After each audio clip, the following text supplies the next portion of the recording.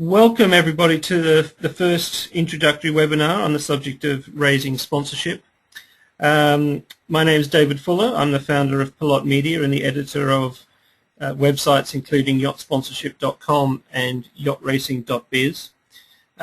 We've created this series of webinars because the standard of some of the proposals coming across our desks could be improved with some simple tips. And those tips can take an amateur presentation to one that looks semi-professional and one that looks semi-professional to be a real standout professional-looking presentation. In some places we've called this an MBA. The MBA was originally designed to give people who had great technical skills, managerial and commercial skills they needed to succeed in business. So we're going to, in this session, look at some introductory stuff. We're also going to cover off briefly some of the content that we'll be covering in the other three sessions. But hopefully this being a standalone webinar in and of itself, hopefully you'll get something out of this webinar even if you're not signed up for the coming series. So I'd like to start with some definitions. If I can get the technology to work, there we go. And this particular series will be concentrating on commercial sponsorship. There is a definition of sponsorship that suggests that a wealthy benefactor will give support or money to somebody in need purely for altruistic reasons. This isn't the type of sponsorship that we're talking about in this webinar series. Modern day commercial sponsorship is a transaction. There's a buyer and there's a seller. And that means some basic economic principles apply. If you've never come across economics as a subject, don't worry, we'll give you a crash course in how it applies to sponsorship. But thinking about sponsorship in terms of buyers, sellers, markets and products helps us to move away from what is a mindset that we see a lot of. Many proposals that we get have a distinctive kind of tone to them, and we think that there needs to be a change to that. If you've ever had a used car or a used boat that you've tried to sell, you might have noticed that at the beginning you were quite confident that you would sell the item for the price that you wanted to because you believed in the quality of that. You might have also noticed that the more you start to doubt that you'll sell the item, the more you give away and become desperate to sell. This happens whether you're a small startup business trying to raise funding from an investor or whether you're somebody looking for sponsorship.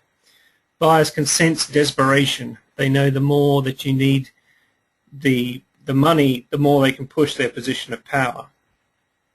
Many sponsorship proposals that we see across our desks have an air of begging about them, and any pitch that starts with "I want" is starting on the wrong tone. So in order to be successful to sell sponsorship, you need to start thinking about the buyer.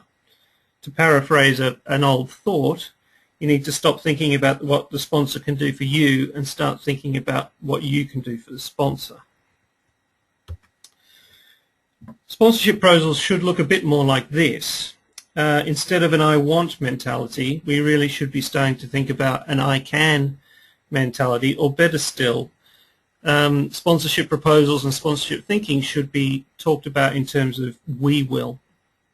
There's a lot of debate in the sponsorship industry about the difference between sponsorship and partnership, and often this difference is a small definitional one, but actually it can change attitudes a lot.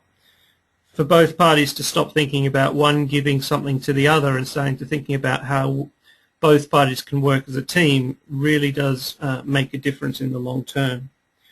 So instead of saying, "I want to do the Vendée Globe and I need your help," consider a different phrase which just says, "Partnering with me for the Vendée Globe race will increase your company's brand awareness in a desirable market." Or in other words, to paraphrase Jerry Maguire, "Help me help you." The sponsorship has changed a lot even in the last few years, and a sticker on a boat, a logo on a website is not enough anymore. Think about the last sports events you saw on TV, and think about stickers on the cars or the boats or the brands on the uniforms of the athletes. Now think about how many of them you can recall. Think even further about whether or not seeing those brands on the uniforms or boats or cars had any impact at all on you buying that product or service. Probably not. We see thousands of brands a day on billboards, buses, taxis, sports team merchandise, TV and the internet. And if all you're offering a sponsor is a sticker on your boat or a uniform or a logo on your website, then you're really going to have a hard time doing the deal. You need to be thinking now about activation, about how a sponsor will get a real benefit out of partnering with you.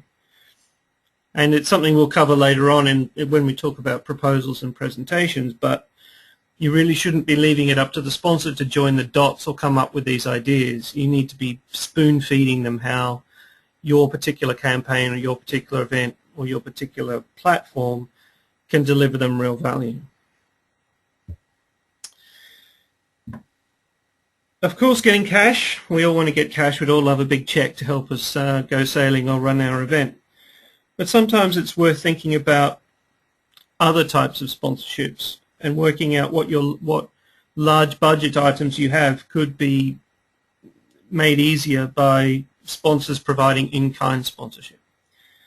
For example, a hotel chain that has spare beds can provide them to you at a very little cost to them, but it could reduce your budget and your cost significantly. Some sponsors might be able to provide skills or expertise that helps your campaign and event. One part of in-kind sponsorship, especially for event organizers, that's often overlooked is promotional partners. Again, newspapers or websites might provide you with free advertising, which doesn't really cost them very much, but can have a massive impact on your budget lines. The best way to deal with this is to come up with your budget. Have a look at your budget. Have a look at your large budget items, your large line items, and think about which of those line items would reduce your cost significantly, but not necessarily cost a sponsor too much to provide you with that.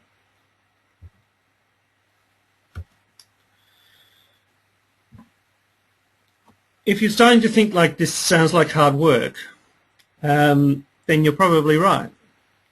Remember, somebody is paying you money or goods in kind. They want something in return, and a free cat or a sandwich at an event is probably not enough anymore. The chances are, in a world of social media, your sponsors will expect you to mention them on your Twitter feed. If you don't have a Twitter feed, then you seriously should consider getting one. You might have to provide blog posts. You might have to make yourself available for media interviews. Even when your teammates are in the bar or the rest of the competitors are out having fun celebrating, your sponsor may be expecting you to be talking to your VIP guests. They may even expect you to talk to the VIP guests while you're getting into the zone ready to compete. You'll probably have to take your sponsors guest sailing. You'll probably have to address them at lunches. You may have to appear at their annual sales conferences. If you're not prepared to do this, then you may not be ready for sponsorship. Be careful what you promise a sponsor, because you're going to have to resource it somehow. Getting sponsorship may in fact increase the cost of your campaign. You may have to, for example, employ someone to run the media side. You may have to get people to resource looking after guests while you're out sailing, for example. If sponsorship is for you, if you understand that there will be extra responsibilities, then you have some more preparation to do. Building your profile will help the process, and showing that you have a following, whether that be on Twitter or Facebook or a fan club, will show sponsors that you have actually thought about their needs.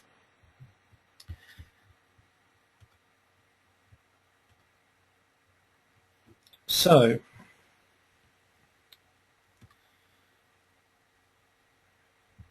the way we do sponsorship has a very simple process, and the webinar series, all 4 webinars, are actually designed to coincide with different phases within that sponsorship process.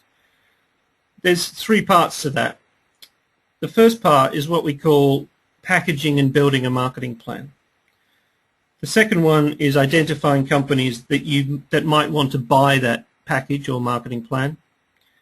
And the third part is creating pitches and proposals that marketing directors and CEOs will look at and will make decisions about.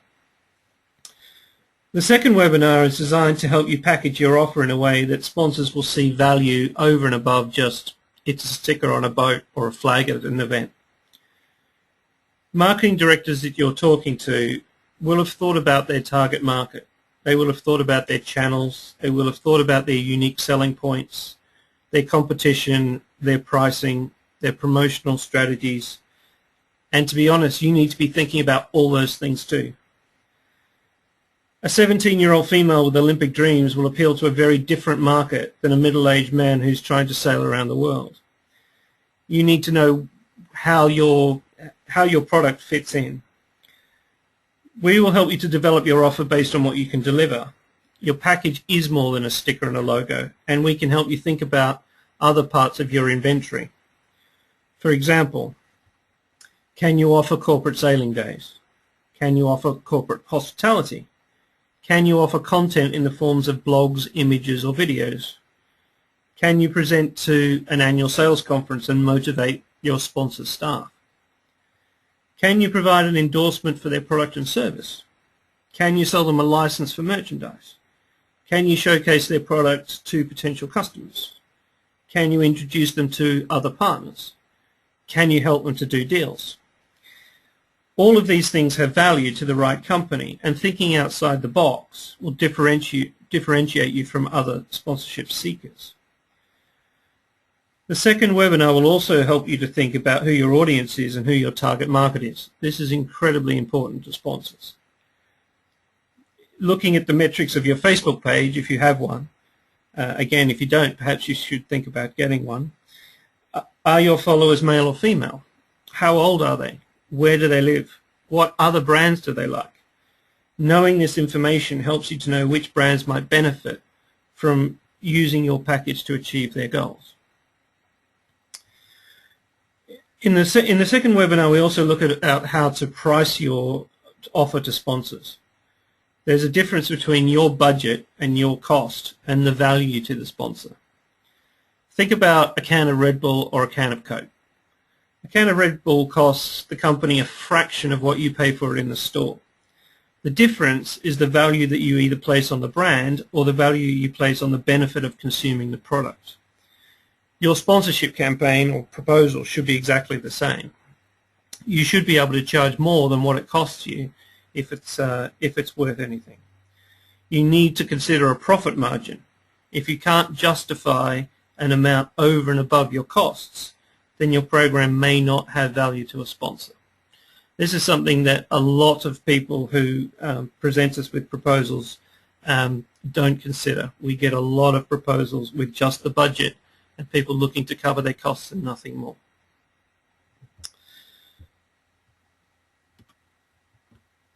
The third webinar in our series is based around how to match the product and package that we designed in the second webinar to specific companies. We're looking for companies and sponsors who are relevant and therefore more likely to be positive to your offer. Unfortunately, the days of sending 500 identical proposals to 500 different companies are well and truly over. And in the days of Google, it's inexcusable not to find out the name of the person you are sending a letter to. Marketing directors, sponsorship managers, and CEOs' names can be found easily today. To whom this may concern equals laziness. And if you appear lazy, then your proposal is more likely to end up in the bin. Even though this takes a lot more effort, you will have a lot more success if you target potential sponsors in a scientific way. The third webinar shows you how to use free tools, like LinkedIn, for example, to identify companies that operate in markets that you will be seen in, to find brands that would benefit from having a higher visibility to your target market, and firms where the fit is a no-brainer. We will also cover some trends relating to the emerging sponsorship world. We believe this will give you a real edge against some of the other people who are looking for sponsorship. Often it's not just about selling the product. Some companies might be looking to bring their employees along on a change project, for example. Some companies might be looking for ways to create content for social media channels that need to be constantly fed with material. Some companies might have a skills shortage and be trying to attract a certain type of talent to their firm. All these things should be considered when matching your package with a prospective sponsor. Then after we've done that, we show you how once you've identified these companies, you can get referrals to them and leverage your network to get through the door so you can pitch.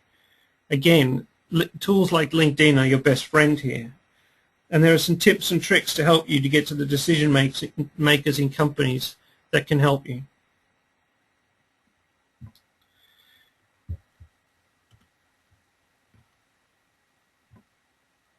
The last webinar is unfortunately where most sponsorship seekers start. By creating a proposal without doing the work that's required that we cover in webinars 2 and 3, then often you're just wasting time and energy. We began this process by asking if sponsorship was for you. Being paid or taking goods from a sponsor comes with responsibilities. We then work through what your offer is, how it is different from someone else in the same class as you, or how are you offering something different to a similar event. We help you to think about specific ways that a sponsor can use your platform so they don't have to do all the thinking. Then we spend some time working out a strategic way to find those companies, the companies that are more likely to say yes, and looked at ways in which we can get in front of those companies. There's a few different tools that you'll need to then sell your offer. In the final webinar, we will talk to you about an elevator pitch, your proposal document, a presentation, and your supporting collateral.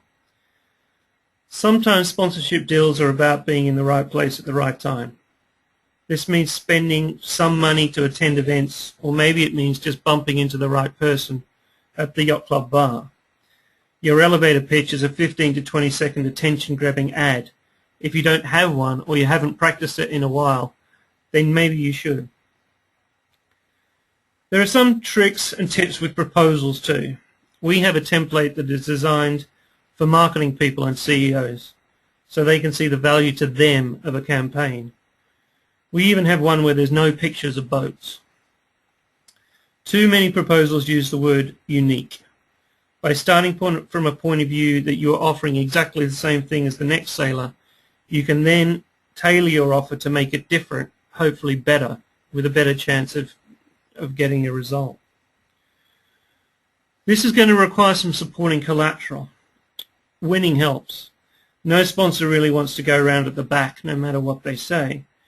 Supporting collateral might include website, Facebook page, advisory board, mentors, or some sort of evidence that you've invested in your own campaign before asking for someone else to invest. Even if you don't manage to sell the whole program, don't waste the opportunity to build relationships. This is a long game. Even a discount on products for this time round may help you in the future. The webinar series, as it moves on, will cover all these things, and hopefully, I know many of you who are on this call today have signed up for all 4. If you haven't, then I would urge you to do the other one. And for the next 5 minutes or so, 5 to 10 minutes, depending on how long we've got, I think I will open it up to some questions. If you've got questions, I think you can raise your hand using the hand button, and I'll turn on your mic, and I'll answer any questions you might have